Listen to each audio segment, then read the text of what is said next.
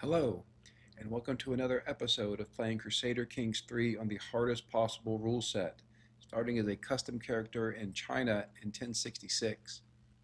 In the last episode, the Chinese hegemony finally divided, and we took our first steps toward reconquering it under our dynasty by taking this kingdom up here. Since we just gained our king level title, we want to look and see what we can do to improve our military, improve our position, and set ourselves up for further conquest. One thing I definitely want to do is hold a coronation. Coronation provides a number of benefits in terms of prestige, legitimacy, and so forth. We do want our vassals to like us. We really want to be focused on fighting our external enemies and not having to deal with internal factions or revolts. Also drink some tea here to get rid of our little bit of stress.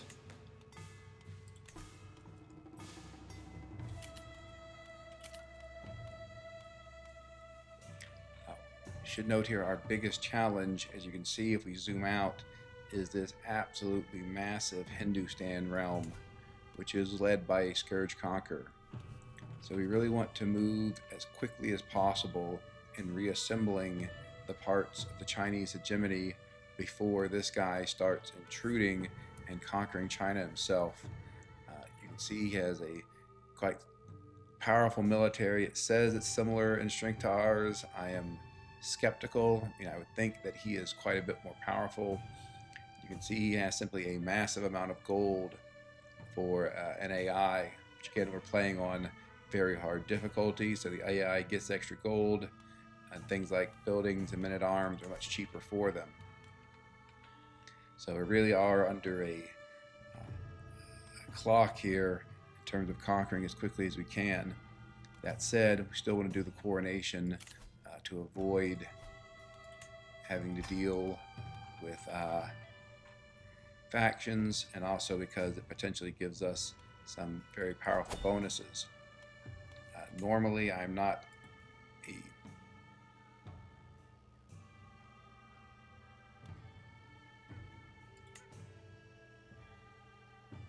okay, so it looks like we need a regalia artifact before we do that.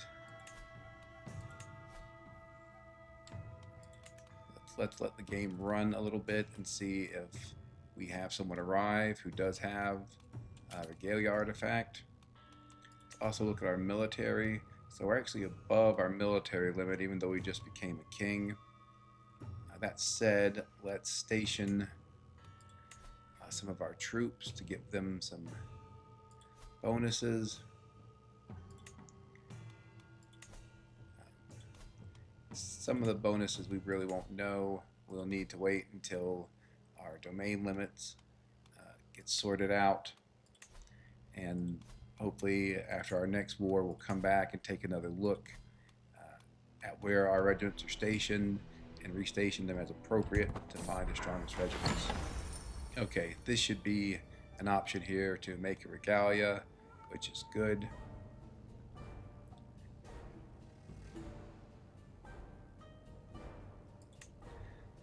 Here I don't really have any strong preferences. The second one sounds sort of interesting and unique, so let's go with that one.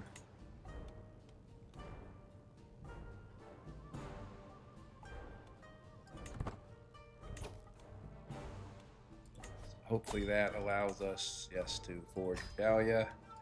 And after the regalia is forged, we will then move on to the coronation. Meantime, we want to put up all the artifacts that we can. They often have significant benefits in terms of vassal opinion and often taxes, other aspects. So we want to do that. Let's take a look at our court grandeur. At the moment, we're not making too much gold, and our gold situation is going to be even worse when we go to war. That said, obviously we have a very large amount of gold in reserve, so we can take some gold losses for a while. So our options for court type here are diplomatic and scholarly. Don't know that either really matters much. Diplomatic has the increased vassalage acceptance, but none of these other kings are going to accept vassalage from me. Scholarly has some more inspired characters that's somewhat useful. You get up here to level 7. I'm always a big fan of monthly lifestyle experience. Of course, what I'd really like here is if we could become warlike, but that's not an option. So it just costs a little bit. Okay, so actually, our amenities cost treasury instead of our own personal gold. So I think we can go up a bit more here. See if we can get to 7 in that monthly lifestyle experience. See, our treasury at the moment is very strong, even though we're losing a bit of personal income. But yeah, I think that looks good. It should be sustainable. If for some reason we start losing a bunch of treasury, take another look at it. Also, again, we would like a high grandeur to pacify our vassals.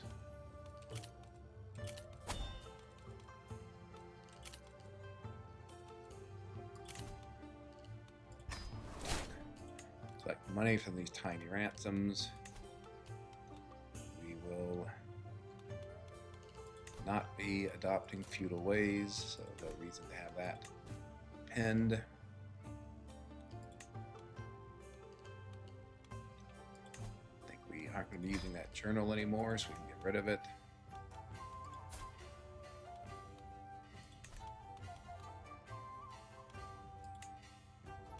These alliances aren't significant enough for us to want to form them. So it looks like one issue is that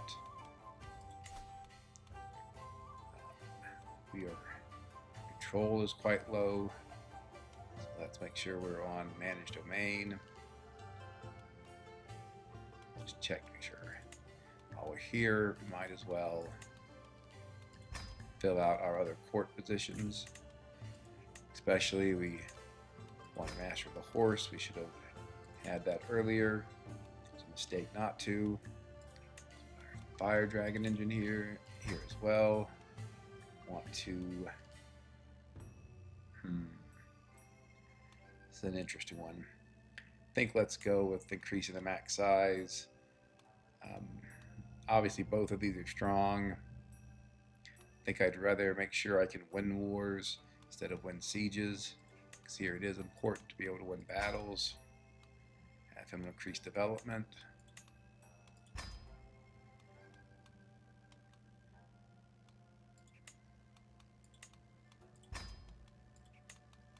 Want a cupbearer and food taster, so we're less likely to get murdered. This bodyguard is no longer useful, so we will replace him. Go back to advanced research by our physician to increase our lifestyle experience. Our caravan master we will put on repair armies.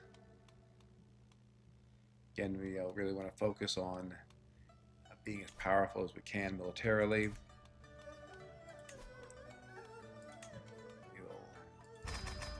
The size of our fire lancer, handgunner regiments. I think while we wait for our regalia to finish, we'll probably start attacking again. We will try to sway our most powerful vassals. Also want to go to our counselor positions. Now put our Grand Chancellor on domestic affairs. Grand General here. Given that we're losing gold at the moment, this might be the best option. Usually I put on trained commanders because it increases your men-at-arms effectiveness, and when you're playing on the hardest possible difficulty, really your men-at-arms is what you're relying on. For our wife, we should have her on chivalry.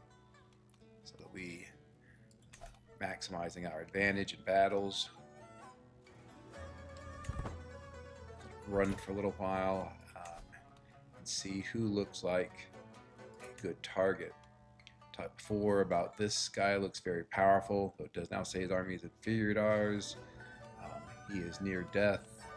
He's 71 with just a ton of elder health traits at this point. So I think what I will do is attack Chi over here first. He looks significantly weaker than us. Does have some mercenaries. Oh, and he's in debt, and he's going to keep going into debt. So yeah, he's the obvious target. Definitely him next. Do want to look at what it would take for us to form an empire title. So quite a few. We'll need to conquer at least a couple more kingdoms. We definitely have our next target here.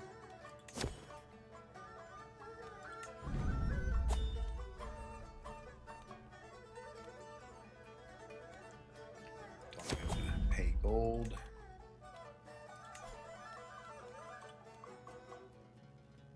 Okay, so we cannot attack him because we attacked him earlier for a duchy. That's unfortunate. Assuming we cannot attack him either. We can. He has a lot of troops. Let's think about this. I guess his troops are his allies, primarily Chu here. Looks like Chu is defending in another war that is not going well for him. So I think we should be fine with going with Zhu here, attacking him, taking all his land.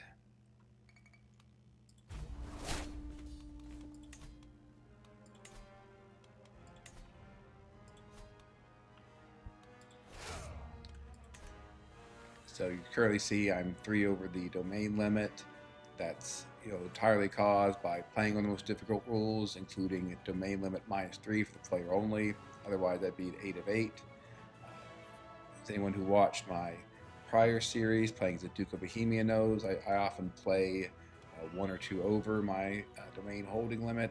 I think that's the most efficient, and I just sort of absorb the holding from being over the domain limit. We'll see how this plays out.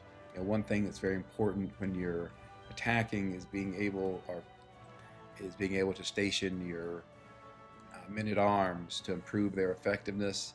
And we currently have 10 men-at-arm regiments, so it helps to be able to station them, which is one reason for holding more domain. Again, we'll just have to see how it affects our income here. Maybe we'll eventually decide that's just too much and give it up. We saw his army down here. I don't think we need to gather all of our troops. I think let's head in directly for his capital, and we'll expect to see him probably pop up. Well, there he is. Hopefully we can siege his capital down first and then go handle him. Is he attacking me? Yes. That is a very questionable decision. We'll go with the prestige here. I assume he's attacking over a bridge. It's like his armies are starving. I guess he's not attacking over a bridge, apparently. We don't see that advantage because his armies are starving. We do have still just a massive advantage. I'm not sure the decision-making process is there for the AI, but we stack wipe that army. I think this is actually the army. Yeah, it looks like the army of Chu. That's his ally. A lot of them just died. Okay, he's sieging my capital, so obviously we really want to get up there as soon as we can. Check how long it'll take him. 6 months. We're probably at less than a month. Not exactly a month. So as soon as this siege of his capital is over, we'll be heading up toward my capital to unsiege it. See, his combined armies are significantly larger than mine, but I am guessing that My armies are more powerful. We have another sun here. It's quite good stats overall, but unfortunately only a skilled tactician. Our current heir is actually an exalted warlord. We can take a look at him just a second after I marry this son off. Really want someone who is either Herculean or beautiful. She's beautiful, so there we go. Just take a look at our heir here. He's 24. You can see that we're 59, but in good health, so it may be a while before our heir takes over. But here you can see he's an exalted warlord. He has 3 virtuous traits. Also a famous champion, so just an all-around excellent character. Be happy to play him when the time comes. He'll likely be a much more powerful general than our current character, who is primarily a stewardship education character. Let's take a look at this battle. Again, we have a very significant advantage. Looks like their commander just doesn't have much in the way of martial perks. Here you can see their advantage is 27 from just his skill, and then playing on very hard. A ruler leading his own troops as the AI always gets +10. That's just one of the disadvantages to the player, advantage to the AI playing on very hard, leading his own soldiers. That's just nothing compared to all the benefits we have. So again, I think this will be probably not a stack wipe, but a decisive victory. Indeed, it was such a decisive victory. That's the end of the war. These Chinese consolidation wars, it seems like you get war score much faster than in a regular war. So something to keep in mind.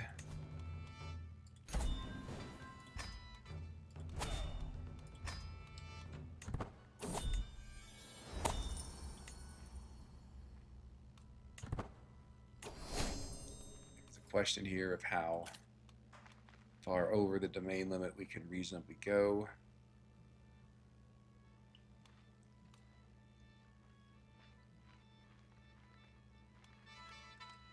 Guess let's give away some of these sort of far away territories. Talked before about how I usually like to give them to members of my dynasty.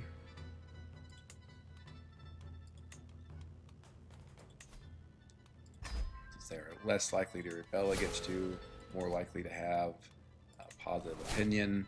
There are various opinion modifiers that apply to dynasty members only. Other thing I want to look at is creating another accolade.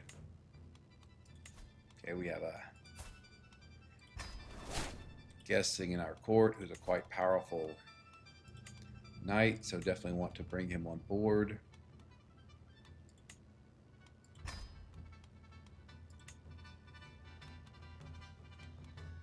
Tactician is relatively good. Most of our characters are going to be martial here, even though our character is stewardship educated. Even our current character is currently following a martial lifestyle. So the lifestyle experience here is strong, so definitely a candidate. Also, the counter efficiency is quite important. Let's take another look at that one. Okay, thought I saw Lancer there for a moment, which got me interested. So this one has a quite wide variety of attributes. We do have 2 full regiments of fire lancers, handgunners. So I think this is probably going to be the choice here.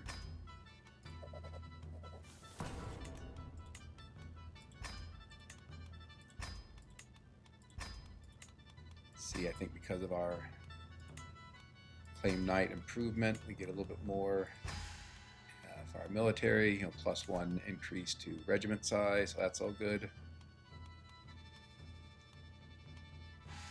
Now we're not quite as far over the domain limit.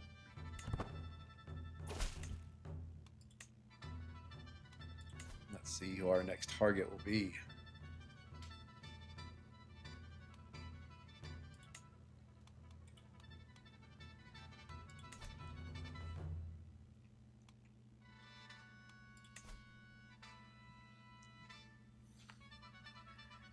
just beat up on this guy's armies. His strength is really inferior to ours. He does have a decent amount of gold, though he's losing it. I mean, he could probably hire 3 or 4 mercenary companies.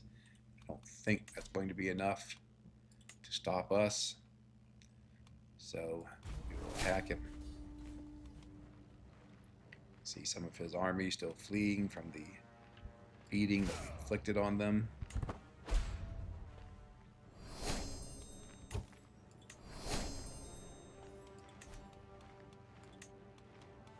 It's like I inherited a barony that I probably don't really want. Indeed, we give away some of these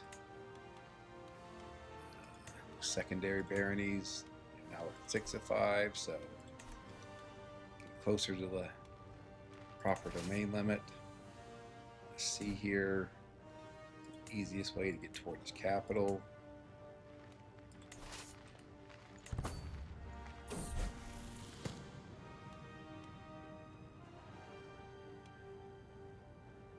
So make our son temperate.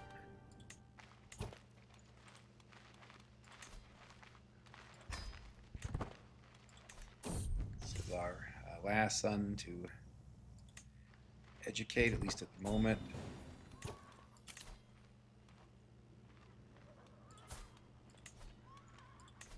We could get more concubines, but I think I'll wait until ideally that I have reunited China, and then after that look into getting more concubines, having more children, perhaps younger children. If this current ruler, lives to be 85 or 90, it could be our current player heir, as good as he is, might just be too old to take over. That's all decisions to make in the future. For now, I think we're fine with our current set of our wife and our 1 concubine. Here, I generally trust the judgment of my Grand Treasurer. Usually goes okay. Just have to see.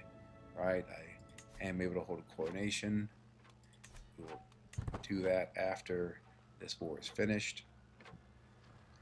Don't seem to have any, about to say we don't seem to have any serious factions, but obviously that is incorrect.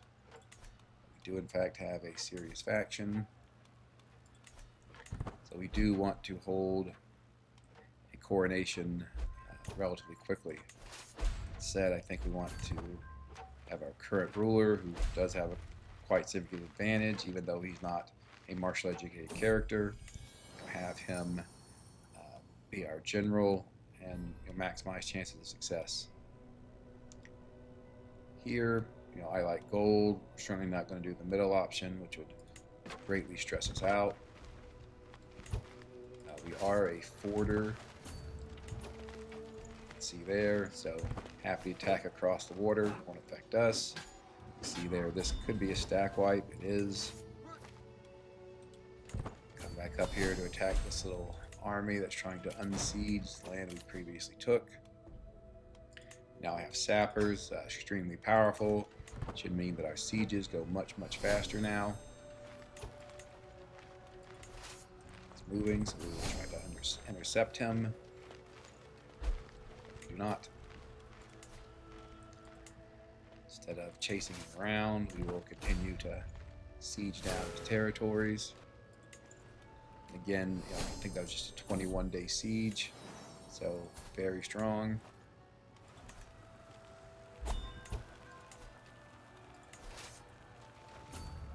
Okay.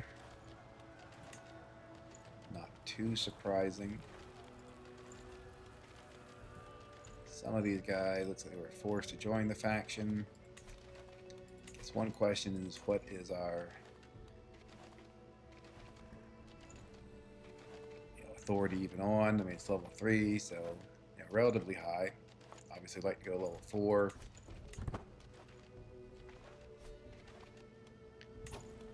I think let's continue with our plan and finish off this war. As soon as it's done, immediately look to hold a coronation. Looks like he generated some of his armies. One thing to note is playing on the very hard difficulty, the AI gets a plus 400% increase in how quickly their levies regenerate. So even if you stack wipe them, they'll have some